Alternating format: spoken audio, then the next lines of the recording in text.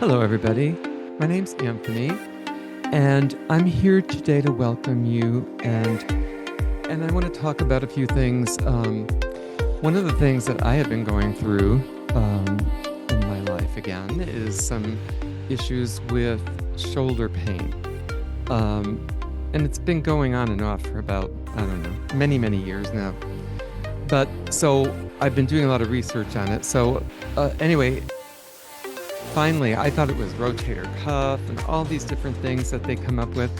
But in the end, it turns out it's similar to that, but it's really more of a tendinosis, which is more like in here. And what happens is these tendons in here, especially this one, underneath the acromion, they start shearing. And as you get older, what happens is if you've had any kind of tears or injuries to the area as you've been aging, most people do.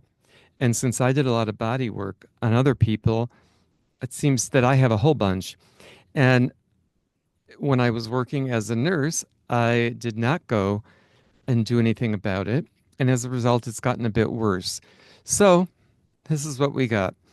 And as all things, this specifically is something that can interrupt your sleep. I already have enough issues with that, but it's just one more thing. So what I need to do is, and it turns out I've got it on both sides. They didn't want to do MRI. They didn't want to do this and that. Anyway, eventually you've got to get these things diagnosed. Otherwise, they don't know what's going on in there. X-rays don't really tell you. You have to have that MRI diagnosed. And that's how they can actually tell where the shearing's at and what's happening. So it's very common to have the sleep disturbances. And yes, it's more common in people that are depressed, which that's another thing I got. But you know what? Such is life. As you get older, you realize you get a little bit of everything. So what's really most important about it is to get it taken care of because you cannot sleep well. And what I realized is that, I didn't realize, I mean, at first I thought it was rotator cuff, but the rotator cuff is the supraspinatus. It's at the top of the shoulder. It's a very common injury of the shoulder. The infraspinatus is under or behind the supraspinatus. Subscapularis is on the inside of your shoulder girdle or your wing, you might call it. And you can access it under your armpit. Does not feel good, believe me. And the teres minor is at the back of the shoulder. And it's the least common tendon torn in this area.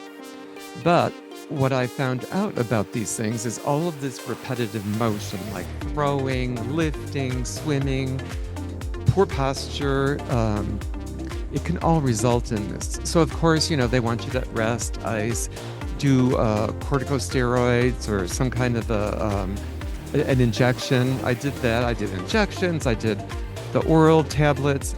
None of it really works for me long term.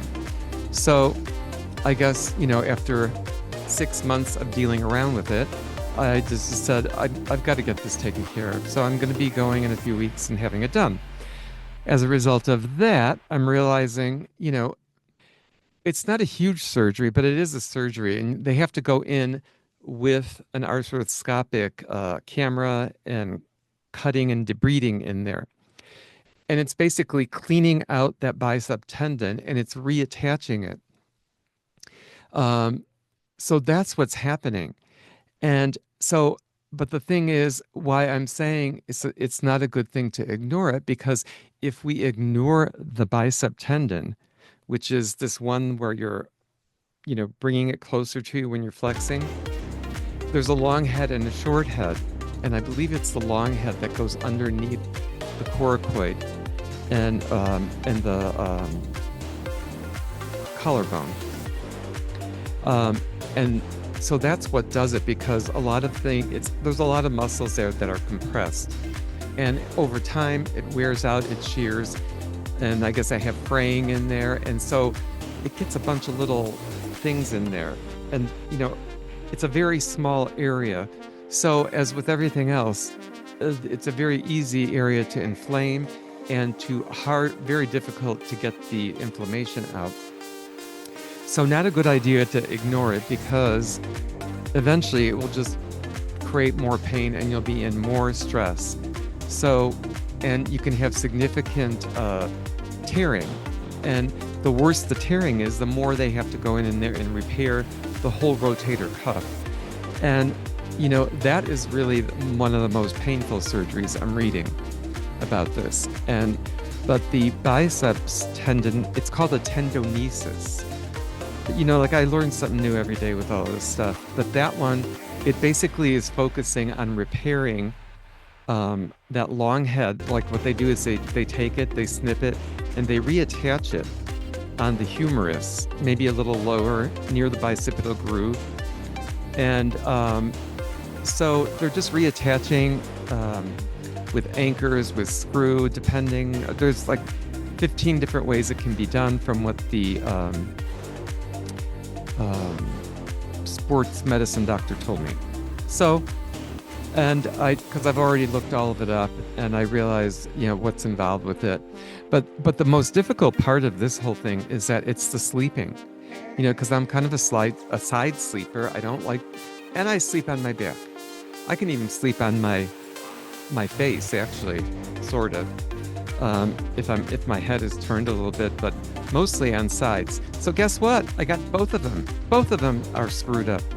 So it means I got two for the price of one.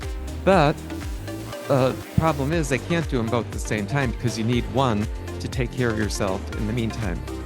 Anyway, I'm going to be talking more about, what this is about, how to deal with it, and managing the pain, because I do a lot of ice, sometimes heat. I did a lot of exercising and a lot of things to work with it, to try to get it under control. But you know what? You get to a certain age. I'm 68. When you get over 60, it seems like everything starts falling apart. But as you get older, even more things. So I figure, it seems like, like I've gone through cancer and all of this, and I'm like, you know what? If I'm going to be around for another 10 or 15 years, I want to be able to use my arms and I want to be able to sleep. So if this is part of my issue, I know it's not the total issue, but it is part of making me wake up at night. And I wake up for a myriad of issues, but I need to get some of it taken off. The more electrical activity that's going into your nervous system, the more excited you're going to be, and the more you're going to not be able to sleep well. That's the bottom line.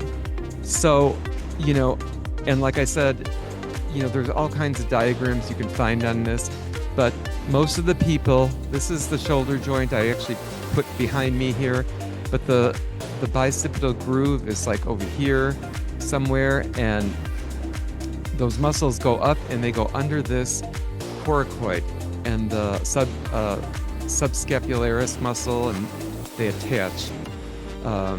And so, but you can see it's a very complicated joint, because not only do you have all the rotator cuffs mostly coming off the back, then you've got this bicep here in the front, which is part of your shoulder.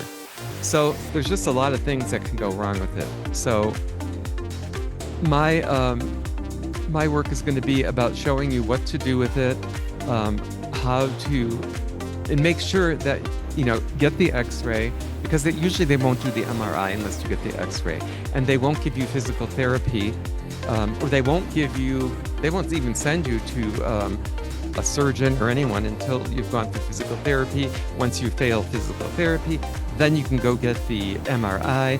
It's a process. This is how the medical does these days. And not just with where I worked, but in all medical things, because this is how the insurances are usually done. So it's been wonderful to talk to you today. And I hope you get some good out of this, some of this information. The bottom line is, don't let it go too long, like I have done. Because from what it says here, that 70% of these surgeries heal fairly quickly. It depends on how you heal. And I'm one of these people that move around a lot, no matter what. And So I'm going to be doing stuff all the time to help it. So, you know, I figure, it's going to take a few months to get it fixed and moving again. But I will also be doing post-op surgical sling video. I don't really have the sling, but I'm going to show you how to work with it.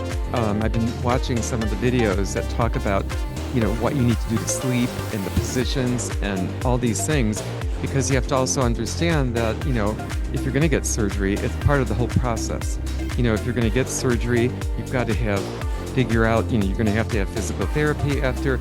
It's a complete circle. It's a beginning, then the healing, and then the physical therapy, and then the ongoing for yourself to keep it in good shape.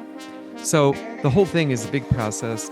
And guess what? I'm retired, so it's wonderful. So I get to take all the time I want to do this.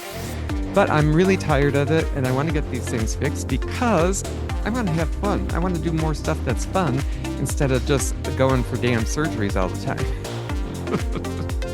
So that's my point on all of it. Anyway, thanks for listening. Have a great day, and I hope you get something out of it, and I hope it helps some people understand it a little bit better and not be so fearful about it, because guess what?